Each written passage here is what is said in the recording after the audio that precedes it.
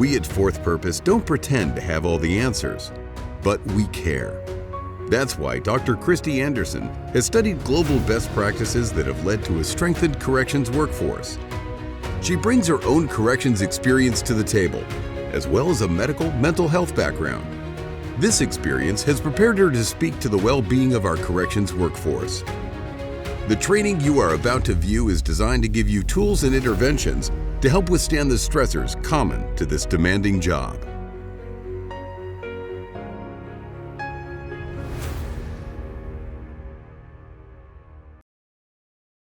If we've learned anything in the last 10 years from the research done on correctional staff, we've learned about the harmful effects of unprocessed trauma.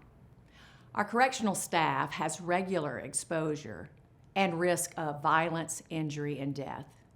This trauma can be both first-hand and second-hand exposure.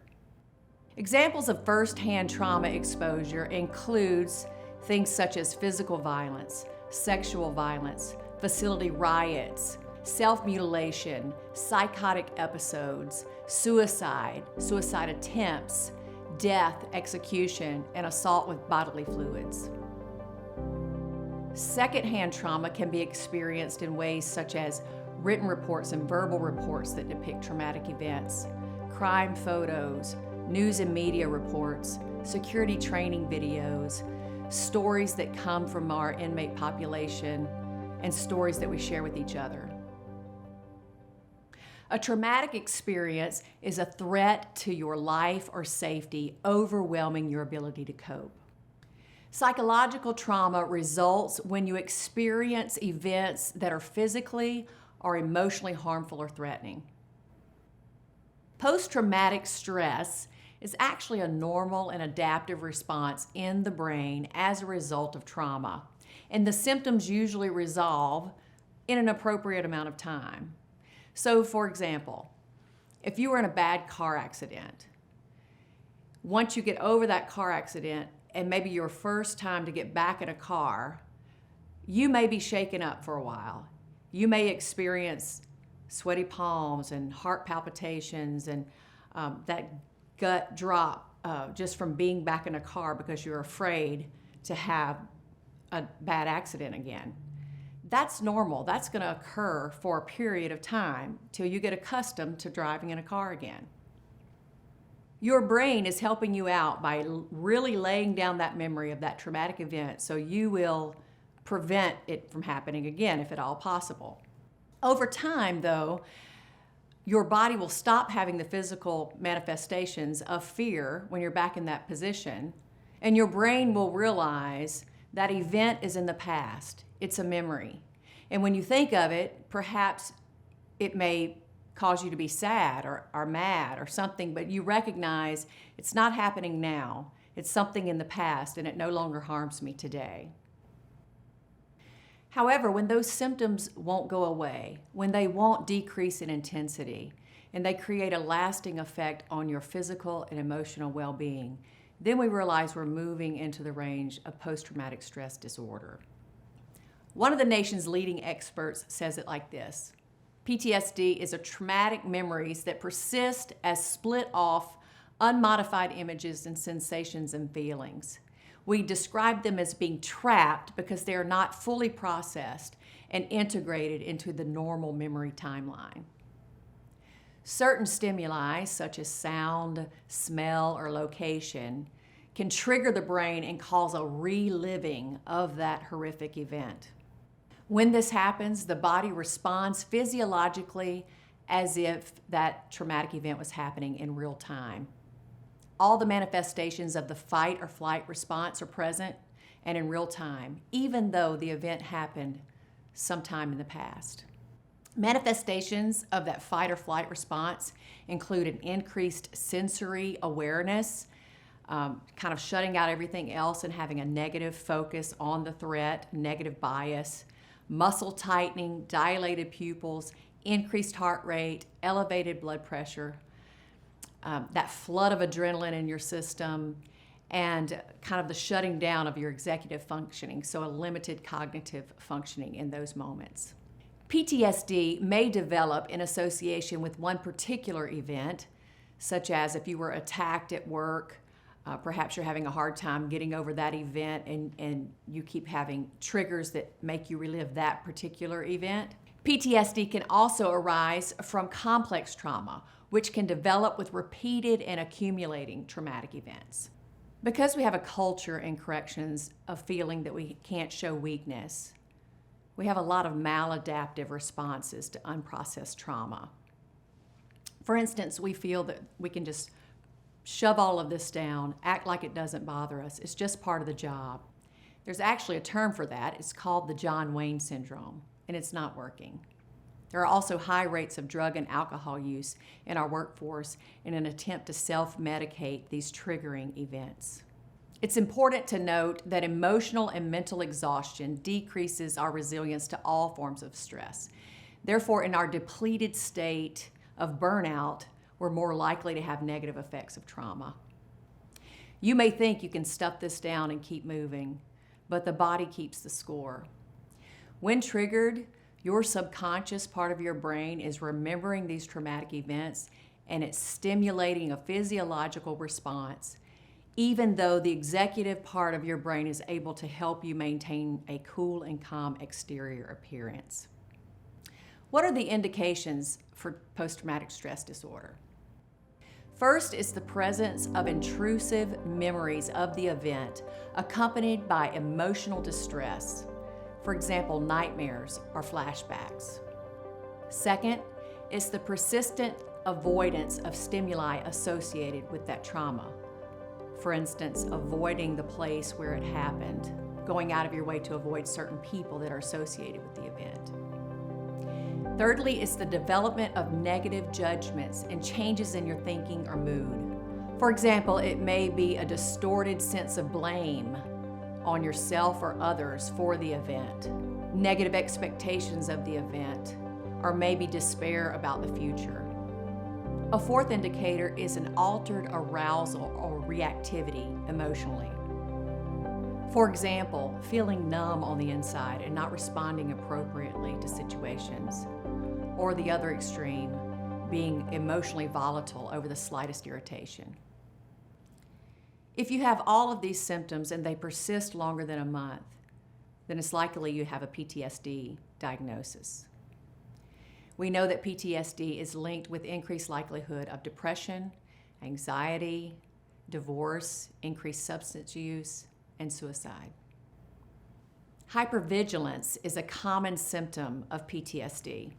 We know that hypervigilance can develop all on its own apart from those traumatic events just because you work in a malevolent environment, but it is strongly associated with PTSD, causing that increased arousal for threat and danger. This chronic stress on the physical and emotional system leads to poor outcomes in our staff. Our bodies were not built to stay in this hypervigilant state. We must address our unprocessed trauma and look at what it's doing to our bodies and learn how to keep ourselves healthy in this working environment. Yet the correctional culture has taught us to show no weakness, and this message is leading to further unresolved trauma. For you to stay healthy in this line of work, it's going to be important for you to develop personal interventions to help you process the trauma that you're exposed to in your workplace. Events must be processed so that they can be properly filed and eventually stop being harmful to you. Processing may be verbal or nonverbal. For some of you, you need to talk things out and you need somebody to willingly listen to you. And once you talk it out, you feel better. There are others that really doesn't do it for you. You need to find other ways to process this, maybe even alone. Therapeutic writing has proven to be extremely helpful in processing trauma because it helps us not get stuck in just thinking the same thing over and over, but we think linearly, and we can look back on what we've written and see our progress. Others need to process it out alone or talk it out with God. The ride to and from work can be extremely helpful for this, to spend that time alone in your car and acknowledge what you've been through and notice how you're thinking and feeling about it and how your body is responding. This is all part of processing it.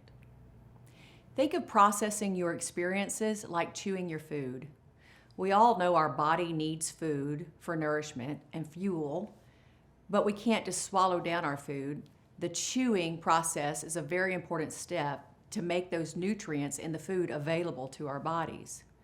So with events that we experience, we have to chew them down, process them so that they can be assimilated into our memory.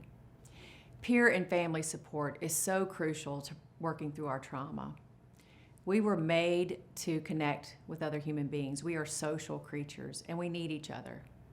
Your family members don't necessarily have to understand what you went through to be able to support you. Their love and care is therapeutic in and of itself. The corrections environment is so bizarre, it's almost impossible to help someone really understand what you've been through. But let them love on you, and their human connection is helpful to you. Peer support is so important as well, and the military has taught us how important it is to have that foxhole mentality, that we're in this together and we can get through it together. That little bit of care and compassion to those that you're working alongside of goes a long way. Be mindful of who was on the front lines when an event goes down in your facility. And let's just be good human beings and check on one another and follow up. Be willing to be transparent about your own story and your own struggles with trauma. When you're brave with your story, it'll help other people be brave with theirs. The role of faith can also be very powerful in helping overcome trauma. All major world religions in their tenets have some expression of understanding suffering as a pathway to peace. And in those same tenets, we're given tools to help recode our experiences and see that good can come from them. Sacred scriptures can be a source of strength and hope during these times of disorientation. And the fifth personal intervention is rest. Your body needs rest to process your emotions. These emotions are actually processed in that REM level of sleep, that deep sleep, and you need it. In addition to rest, it's helpful to reappraise these traumatic situations. Now, I don't mean stuffing it or faking it as if it's no big deal. I'm talking about looking at it from a different perspective and trying to find hope in a terrible situation. For example, yes, there is post-traumatic stress disorder, but there's also something called post-traumatic growth. And it's the ways in which we grow and expand and strengthen our character because of the difficult things that we've been through. We can also look at ways that we can help others because of what we've been through. We can identify with them and offer empathy. All of these interventions have been given to you to help you develop your own personal practice of working through the trauma that you're exposed to. It's helpful to develop a short account mentality. Don't let this stuff build up. And don't stuff it down. Let's work through it. The nature of the trauma or the particular state that you're in your life may cause events to be more difficult to process through.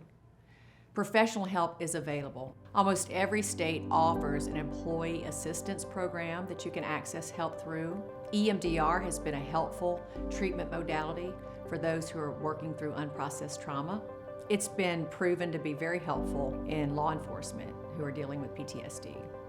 Many facilities offer critical stress debriefing when an event occurs. I encourage you to always take advantage of that when that happens.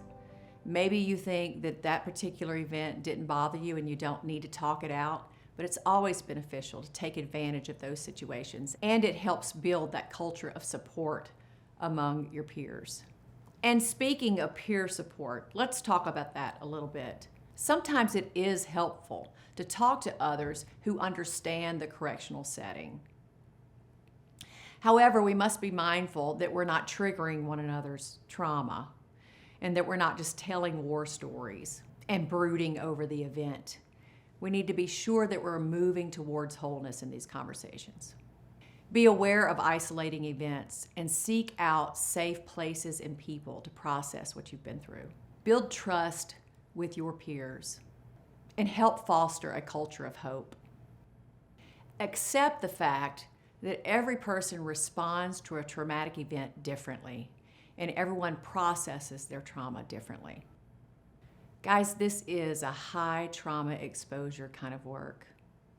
It's not for everybody, and we are running into a situation that most people want to run away from.